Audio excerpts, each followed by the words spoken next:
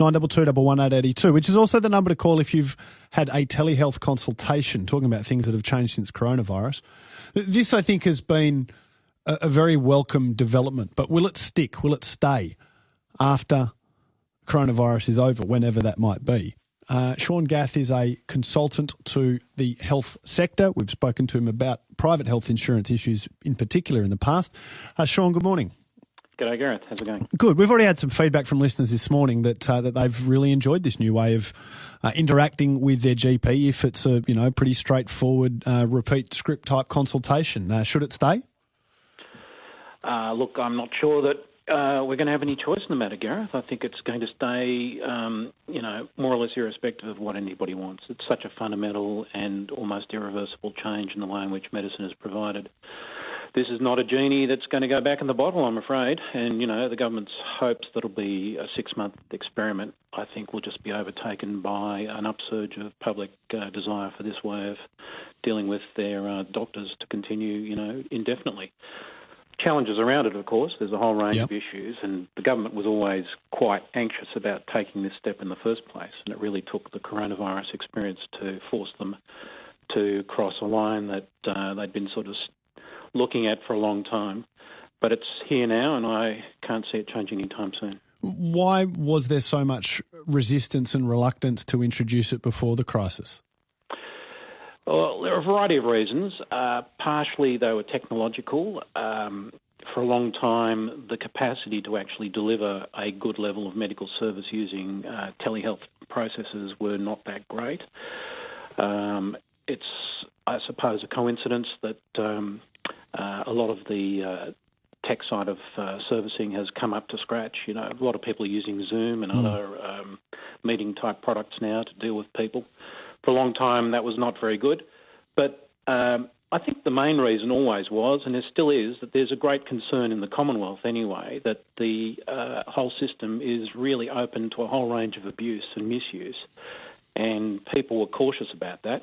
Plus, of course, doctors themselves were a little bit concerned that it would be highly disruptive to what had become a pretty well-settled way of delivering their services. They had a model of care which had been in place for 20 or 30 years, where people turned up in their surgeries. There was a way of dealing with people. They had a little bit of outreach beyond the surgery most of the time, but it was all controlled in a particular environment.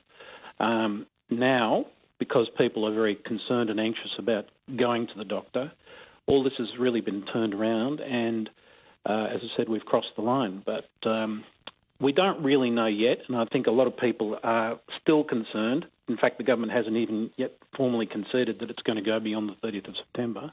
Right. That we've got this under control. There are a range of fraud and misuse issues which are emerging even now. So just explain that.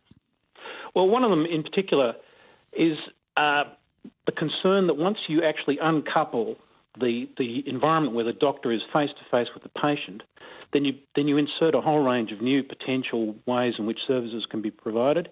You also create an environment where there's sort of the hamster wheel of service provision becomes a little bit more able to be accelerated, right. So you can get more claims being lodged.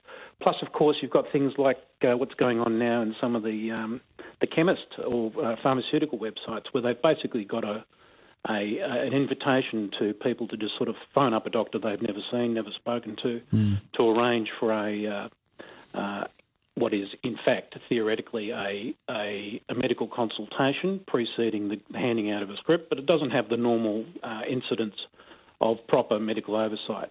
So the whole range of issues around, particularly the way the medical professional bodies are seeing the way in which services and the way in which doctors are operating with patients is being eroded and altered by operating in this new environment. Can that be mitigated, that fraud effort? Look, it can be, but I think at the moment people are just trying to get their head around how it can operate, because there's a lot of people that have been sort of looking at this for a long time. I don't know whether I've told you this before, but about 20 years ago, I was working at the Health Insurance Commission, basically as Medicare's lawyer. And even then, there was a lot of pressure for private health, for the Medicare system to move in this direction and start to become more open to the possibility of telehealth provision. But there was huge concern that it would result in degradation of the quality of care, that it would be disruptive to the way in which doctors operate, plus, as I said, this overarching concern that there would be a whole range of new fraud, a whole range of new, sharp practices being introduced.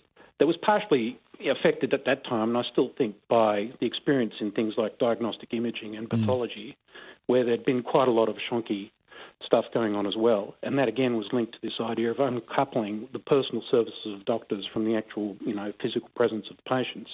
So all this stuff was sort of in the mix, and it's still around. And I think, as I said, COVID has kind of kicked the door open in a way that was unavoidable, but a lot of these issues haven't finally been resolved. Sean, appreciate the insights as always. Thank you for your time. My pleasure. See you. Sean Gareth, consultant to the health sector. My anecdotal feedback is that this has been a largely positive experience, the introduction of telehealth. I think that there are some genuine concerns about that you clearly can't diagnose everything over the phone, and if you need some sort of physical examination or something to be checked out, then obviously you need to do that in the physical presence of your doctor in the doctor's office. But there are other things that are much more routine, feedback of routine test results, whatever it might be, that can just as easily be done and more conveniently done and hopefully more cheaply done over the phone.